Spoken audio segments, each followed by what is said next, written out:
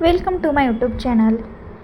तर आजच्या व्हिडिओमध्ये मी तुम्हाला म्हणजे अशा एका मंदिराबद्दल सांगणार आहे की तिथे तुम्ही जर गेले ना तर तिथे तुम्हाला म्हणजे सर्व देवांचे दर्शन करता येईल। म्हणजे जसं की तिथे साईबाबांचं दर्शन होईल तुम्हाला, त्यानंतर विश्वेश्वर, त्यानंतर गणपतीचे दर्शन होईल तुम्हाला, त्यानंतर अंबा माता, रामजी भगवान राम, सीता माता, विठ्ठल रखुमाई, लक्ष्मीनारायण, दत्त मंदिर, तर अशा सर्व देवांचे दर्शन तुम्हाला ह्या एकाच मंदिरात होतील।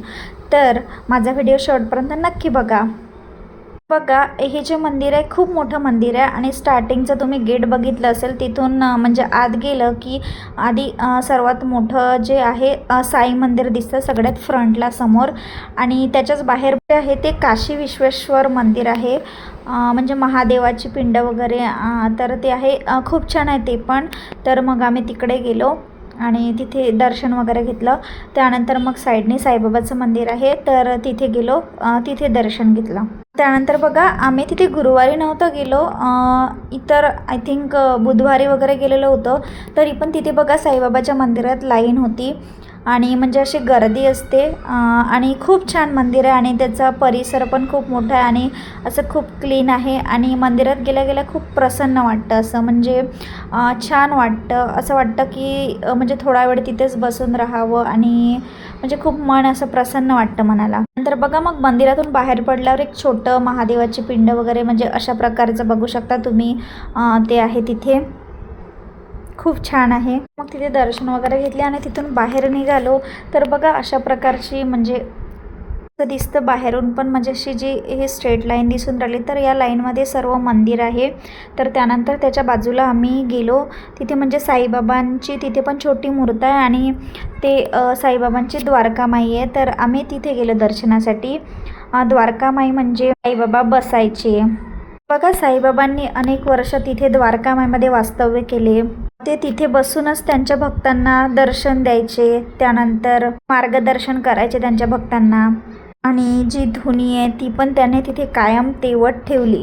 तर मग अशा प्रकारे आम्ही तिथे म्हणजे जे द्वारकामाई आहे तर तिथे बघितलं आणि तिथले दर्शन घेतले, खूप छान आहे, खूप छान वाटतं इकडे, म्हणजे सगळीकडेच खूप छान वातावरण होतं आणि खूप छान वाटत होतं, असं मनाला खूप प्रसन्न वाटायचं होतं। असंही मंदिर म्हटलं, आपण मंदिराच्या आतमध्ये जेव्हा जातो तर तेव्हा मनाला एक वेगळीच प्रसन्नता वाटते आणि असं खूप करमणूक वाटते मंदिरात गेलं की। त्यानंतर बघा जे बाहेरचं ग्राउंड आहे तिथे बघा अशा प्रकारे चेअर लावलेले आहे भक्तांना बसायसाठी, तर मग आपण जर तिथे गेलो आणि संध्याकाळचा टाईम असला तर छान तिथे बसून पण आपण एक्सप्लोअर करू शकतो आणि तिथे बसून म्हणजे असं शांतता वाटते, तर असं थोडं शांत तिथे बसू पण शकतो। त्यानंतर मग आम्ही नंतर गेलो बाप्पा गणपतीचे दर्शन करायला, तर गणपती पण खूप छान आहे असं गणपतीचं मंदिर, तर तिथे आम्ही गणपतीचं दर्शन केलं। तर मग इथे अष्टविनायक गणपती पण आहे, तर तिथे पण अष्टविनायक गणपतीचे पण दर्शन केले। तुम्हाला इथे अष्टविनायक गणपतीचे जे गणपती आहे ते सर्व गणपतीचे तुम्हाला दर्शन होतील, जसं की बघा इथे सर्व गणपती हे अष्टविनायकचे। तर पहिला गणपती मोरगावचा मयुरेश्वर, त्यानंतर जो दुसरा आहे तो सिद्धटेकचा सिद्धिविनायक। आपल्याला पॉसिबल नसतं अष्टविनायकचं दर्शन करणं, म्हणजे कुणी करतात पण असं नाही ना की प्रत्येकाचंच झालं असेल, तर बघा इथं तुम्हाला पूर्ण अष्टविनायक गणपतीचे पण दर्शन होतील। तर तिसरा पालीचा बल्लाळेश्वर, नंतर बघा चौथा जो आहे तो महाडचा वरदविनायक, तर असे बघा गणपतीचे पण तुम्हाला सर्व दर्शन होत आहे इथे। त्यानंतर बघा जो नंतरचा आहे तो म्हणजेच की जो आपला थेऊरचा जो गणपती आहे चिंतामणी, तर तो गणपती आहे।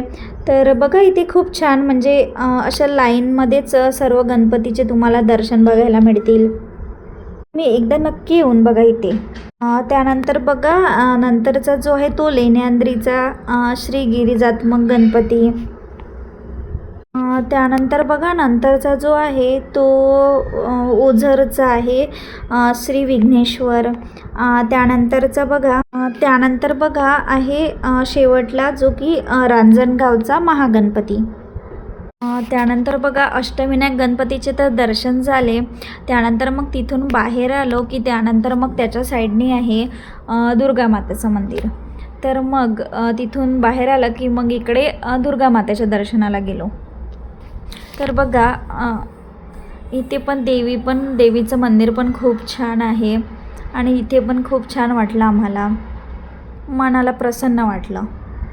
त्यानंतर बघा तिथून थोडं समोर गेल्यावर तुम्हाला म्हणजे असं मोठं मंदिर दिसेल. तर तिथे पण बघा त्यांनी असे 3 मंदिर केलेले आहे. तर तुम्हाला दिसत असेल वरती लिहिलेलं आहे म्हणजे एका साईडनं इथे विठ्ठल रखुमाईचं मंदिर आहे. त्यानंतर बघा मध्ये मिडलला राम दरबार आणि इकडे साईडनं श्री लक्ष्मीनारायण असे 3 मंदिर त्यांनी म्हणजे 3 असं एका लाईनमध्ये केलेलं आहे स्ट्रक्चर त्याचं आणि ते पण खूप छान आहे. तर बघा तिथे गेलो आम्ही.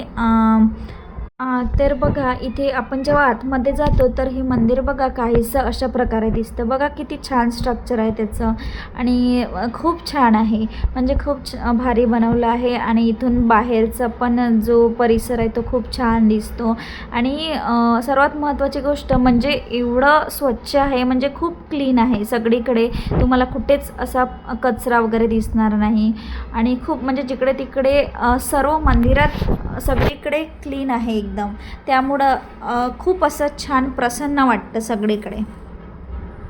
त्यानंतर मग इथे पण बघा लक्ष्मीनारायणचे दर्शन घेतले.